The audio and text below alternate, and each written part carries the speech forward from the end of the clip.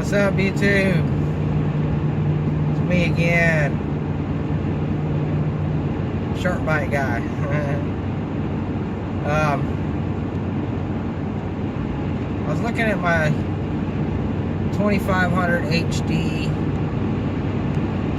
ticking noise video, and I figured out what it was.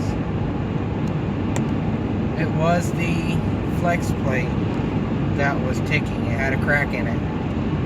I had several people tell me the flex plate has a crack in it. And I had some people tell me, oh, you got a fin, you broke a fin in your torque converter. Well, turns out it was the flex plate. So, got it fixed, took a little while. But everybody told me, you know, it's not really a big deal. You need to get it fixed, but you know, it's not gonna leave you stranded on the side of the road. They didn't. Never leave me stranded on the side of the road. Sometimes my starter would kind of like bind up. It was hard to start, like if my battery was dead or something. But I just let off the key and turn it again and it'd fire right up. But anyways, a friend of mine has the exact same truck I do, except his is blue and 4-wheel drive.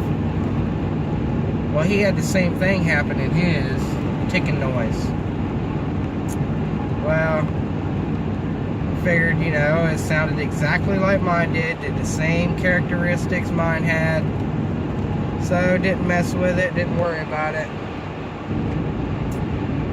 And he ended up stranded on the side of the road because it was his torque converter. The fin had broken his torque converter. Put a bunch of metal shavings in his transmission apparently, and tore the transmission up. So, if your vehicle makes a noise, have it fixed, because it ain't supposed to make noise. If it is making noise that it didn't make before, if something doesn't break, something's going to break.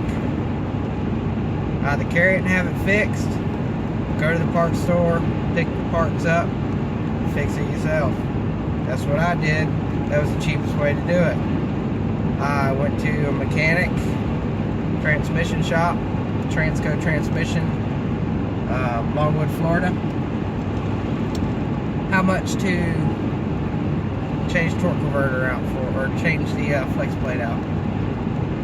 $800. What?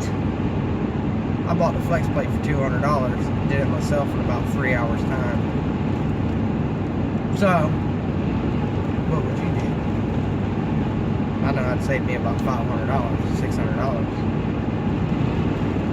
So, fix your shit.